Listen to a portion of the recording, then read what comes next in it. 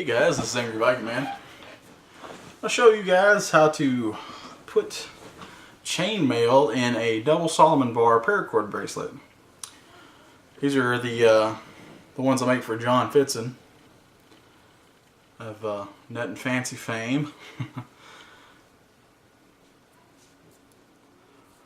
What you have to do is these bracelets are pre-woven. You know, I make them and then I turn around and put the chainmail in them. We're not braiding, the chainmail into it or anything like that. That would be kind of complicated, more so than what we have to do now. The thing about these is they take 3.5 hours each. 3.5 hours from start to finish, non-stop. Now I'm going to show you of course this one isn't finished, and I'm going to show you some of the steps to do that. First, list of tools. You need a pair of hemostats. These are small, 5-inch I think. You need 2 pair of vice grips and a pair of needle nose pliers. You also need chainmail links. These I got from the Ring Lord. Just Google that and you'll find them there. 3/8 inch diameter stainless steel. This is what I put on all Mr. Fitzen's bracelets that I make for him, unless he specifies otherwise. Like, this Predator, this Punisher skull with the Predator mark is it's sterling silver for one of our clients. What we're going to do right now is we're going to take one of these small split rings.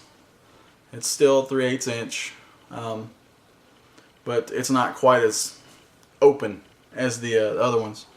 This is for a reason. You're going to weave it in. You're going to start and go in through the first 2 on one side and round through these 2. Which generally you can only get it through one. You have to manipulate it with the needle nose pliers. Get through the last one. Because unless you're wearing leather gloves, that the way the ends of these are cut, they're kind of sharp. And what you're going to do, this is the center ring, you're going to take it and get the far side under there. You're going to bend this side down a little bit. You're going to run the ring around so you can get it this side. You're going to get underneath it and bend it up just a hair. And you've got that first one done. Now this is where your hemostats come in. You take these and you're going to find the back side of the loop. This is an alternating pattern. As you can see, there's one under, one over, one under, one over, one over, and repeating. So it's a complicated pattern, and this is not for novice weavers and mail makers. And you're going to use your hemostats, well, to find the notch. There's a band or a strand of paracord that runs all the way up this far in for the loop, the attachment loop here at the end, and you have to get inside of that. And push it to the side. Push your hemostats all the way through so that you can get your ring through. And if you're not careful, this will close back up on you because it's a tight weave. You got to use one of your really, really open rings. Get it through there. And this one is the under part of the pattern. So you're going to take your hemostats and insert it in from the side under that one loop, and then kind of open it up. You use one of your pair of vice grips and clip it. Rotate the ring down and around and under and through. You're going to attach your other vice grip here. Take them and bend them together, and you have to go past it just a hair to butt them correctly.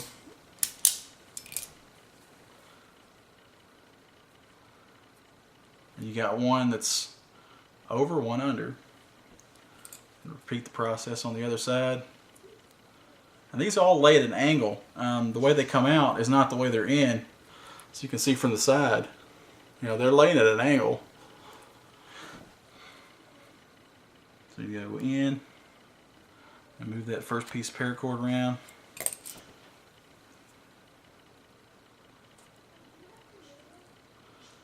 Like that. Go in from the side.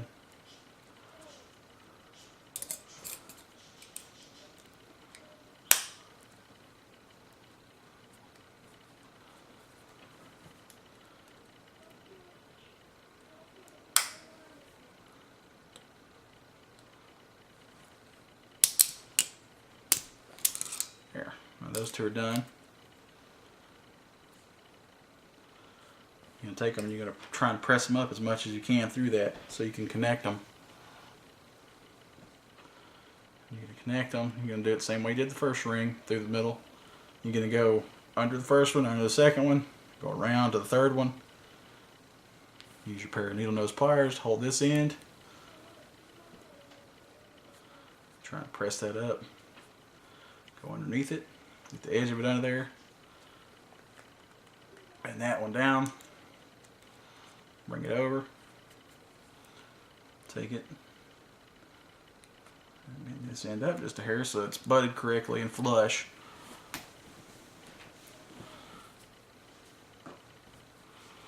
We'll do one more set. These are the overs. Work your hemostats through there. The hemostats are also used to pull the ends, the loose ends of the paracord back into the weave. Right here, you can see how it's singed and flattened so it doesn't scratch your wrist. That's where the ends have been pulled back in through with the hemostats, and I've burned them and flattened them. That's another thing you're going to use your hemostats for on bracelet making.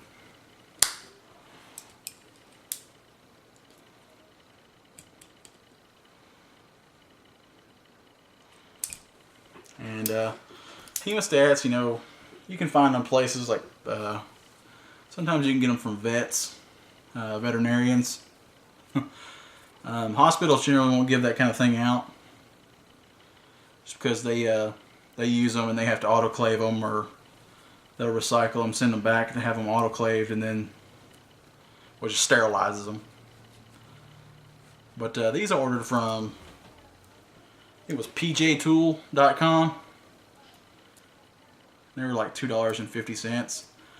You will go through them. If you do a lot of bracelet making, you'll break the ends off and various other things, just because of the abuse you put them through. 'Cause, you know, they're strong tempered spring steel, but they tend to break because you're stressing the ends of them so much, clamping onto the ends of the paracord.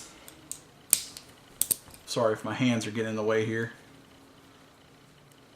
This is one of those kind of things you can't really get a good view on. Said, you know, put there, go through the second one, goes around,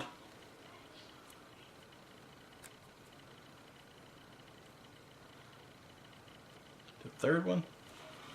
Use your needle nose, pull it up and go through the fourth one, and edge down, spin it so you can get under the far edge, bend it up to meet it. That's all nice and flush. That's how you do the over-under pattern on these. It's very, very complicated, very time-consuming. This is another reason why they cost so much. It takes 3.5 hours to make one. And that also depends on length. The longer they are, this is a 10-inch.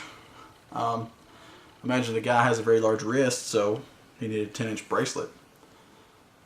You know, the longer they are, the longer it takes to make them. I hope that helps some of you that had a lot. I've had a lot of people private message me about how to do this. We also have another one that Mr. Fitzen is going to preview or show you guys on his next live web show.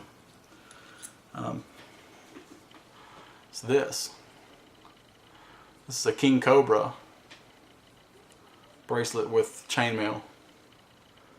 These are made substantially, a lot, quicker. This one takes about, I think it took about an hour and a half. Depends on how you braid them. If you braid the king part, cobra part of the, the last part of the weave, you braid that a little looser. It's easier to put the chainmail in. The same way with these double Solomon bar or double Cobra. They if you braid them a little bit looser, they're easier to put the rings in. Hope you enjoyed that little tutorial and little preview of the new Battle Armor bracelets. Like I said, these are going to be cheaper, and they're equally as cool. You can still put all the same stuff on there. Your predator skulls, Manukis, dragons, all kind of stuff that Mr. Fitzen does. All those go on there. Hope you enjoyed that little video. Angry Viking Man signing off.